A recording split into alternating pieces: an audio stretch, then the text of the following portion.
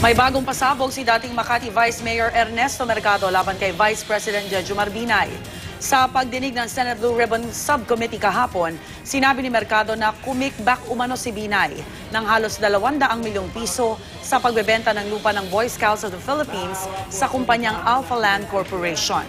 Inilaan umano ni Binay ang komisyon sa kanyang kampanya noong 2010 elections. Tumatayo si Binay na Pangulo ng Boy Scouts of the Philippines at kasama raw siya mismo sa negosasyon sa bentahan ng lupa sa pagitan nito at ng Alpha Land. Si Mercado lang daw ang pumirma sa joint venture ng Alpha Land at Boy Scouts dahil sa utos ni Binay. Humiling din si Mercado kay Pangulong Aquino na bantayan ng Boy Scouts. Samantala, mariitinanggi ng kampo ni Binay ang mga alegasyon ni Mercado. Wala raw kinalaman ang Vice Presidente sa naturang transaksyon. Puro paninira lamang daw ito sa Vice Presidente kaugnay ng kanyang pagtakbo sa pagkapangulo sa 2016. Gihit pa ng anak niyang si Congresswoman Abigail Binay, may nagpopondo para siraan ang kanyang ama. Itinanggi rin ng Alpha Land ang mga alegasyon.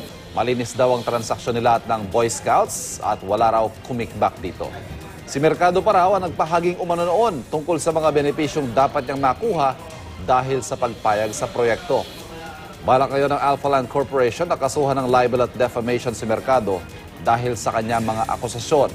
Iginit din ni Boy Scouts of the Philippines Senior Vice President at Acting Secretary General Attorney Wendell Abisado na above board ang kasunduan nila sa Alpha Land.